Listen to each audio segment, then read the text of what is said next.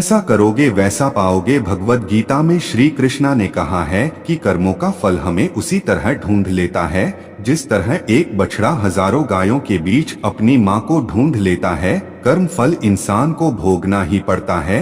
हमारे किए गए कर्म हमें ढूंढ ही लेते हैं, फिर चाहे वो कर्म अच्छे हो या बुरे। लेकिन हम लोग इस बात को ज्यादा गंभीर नहीं लेते और हमें लगता है कि कर्म फल जैसा कुछ नहीं होता। हम अक्सर उन लोगों को बारे में बातें करते हैं जो दूसरों के साथ बुरा करते हैं, लेकिन फिर भी कोई उनका कुछ नहीं कर पाता। यही सोचकर हमसे ज्यादातर लोग बुरे काम करने लगते हैं। हमें ये भूल जाते हैं कि कर्मों का हिसाब कभी भी तुरंत नहीं होता। किसी के साथ बुरा करने वाला भले ही आज सुखी हो, लेकिन कभी ना कभी उसे उसके कर्मों का फल भोगना ही पड़ेगा। आज की यह कहानी जैसा करोगे वैसा पाओगे के जरिए हम आपको कर्मों के फल से जुड़ी ऐसी ही एक छोटी सी कहानी लेकर आए हैं।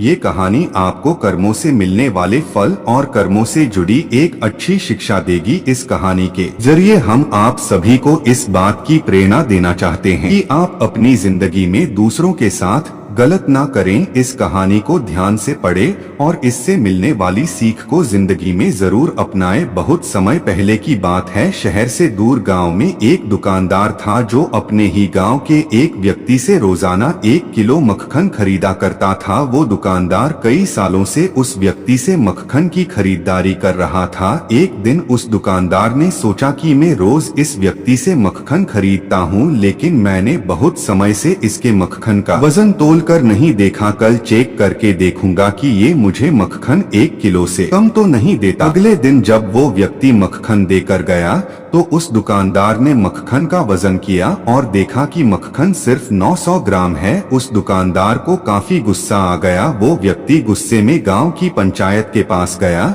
और उसने उस व्यक्ति की शिकायत कर दी। गांव की पंचायत बैठी और उस व्यक्ति को बताया गया कि तुम पर इस दुकानदार ने धोखा देने का आरोप लगाया है। तुम इस दुकानदार को देने वाले मक्खन के वजन में हेरा फेरी करते हो और हर बार तुम इसे 1 किलो मक्खन की जगह सिर्फ 900 ग्राम ही देते हैं। क्या तुम्हें अपनी सफाई में कुछ कहना है? वो व्यक्ति बोला, सरपंच जी, मैं तो एक गरीब आदमी हूँ, मेरे पास वजन तोलने के लिए सही माप नहीं है। मैं रोज इस दुकानदार से अपने लिए 1 किलो गेहूँ खरीदता हूँ और अगले दिन उसी गेहूँ को तराजू के एक तरफ रखकर इस दुकानदार के लिए मक्खन तोलता हूँ। अब आपको जो भी पूछना है इस दुकानदार से पूछिए। पंचायत में बैठे सभी लोगों को पूरी सच्चाई समझ आ गई और उन्होंने उस दुकानदार को गांव से बाहर करवा दिया। ये छोटी सी कहानी हमें ये बात सिखाती है कि जैसे कर्म हम करेंगे उसका फल भी हमें वैसा ही मिलेगा। हमारी चालाकी ही हमारा नुकसान कर देती है।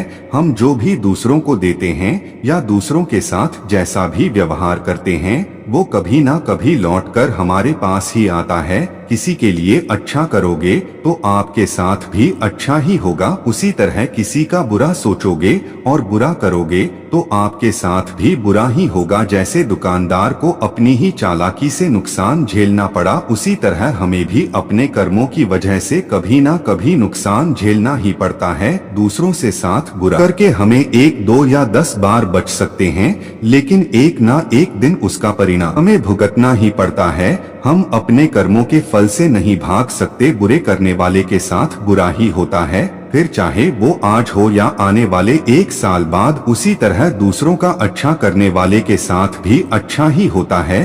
कई बार हमें ये लगता है कि दूसरों के साथ गलत करके हमें बच जाएंगे, लेकिन ऊपर वाला हर किसी के कर्मों को देखता है और उनका हिसाब रखता भी है। जरूरत पड़ने पर वो हिसाब बराबर भी कर देता है। इसलिए कभी भी कोई गलत काम ना करो और ना ही कभी ये सोचो कि उल्टे सीधे काम करके हम बच जाएंगे। जिंदगी को बेहतर तरीके से जिए, ईमानदार बने, ज्यादा कमाने या फिर सिर्फ अपना ही फायदा देखने के चक्कर में किसी के साथ गलत कभी ना करें। हमेशा याद रखें, जो जैसा करेगा वैसा भरेगा। हमारे कर्म ही हमारी पहचान है। भले लोग हमें हमारे नाम से जानते हो, लेकिन दूसरे हमारी स्वागत हमारे नाम की वजह से नहीं बल्कि हमारे कर्मों की वजह से सम्मान करते हैं। इसीलिए तो किसी ने कहा है कि हमारे कर्म ही हमारी असली पहचान है, वरना एक नाम के इस दुनिया में कई इंसान हैं। दूसरों के साथ अच्छा करने वाले को और दूसरों की मदद करने वाले को हर कोई याद रखता है, फिर चाहे वो व्यक्ति छोटा हो या बड़ा, लेकिन गलत काम करने वाले व्यक्ति को ये दुनिया कभी सम्मान नहीं देती। हम भले ही अपनी जिंदगी में कितने भी बड़े बन जाएं, अगर दूसरों के प्रति हमारा व्यवहार गलत होगा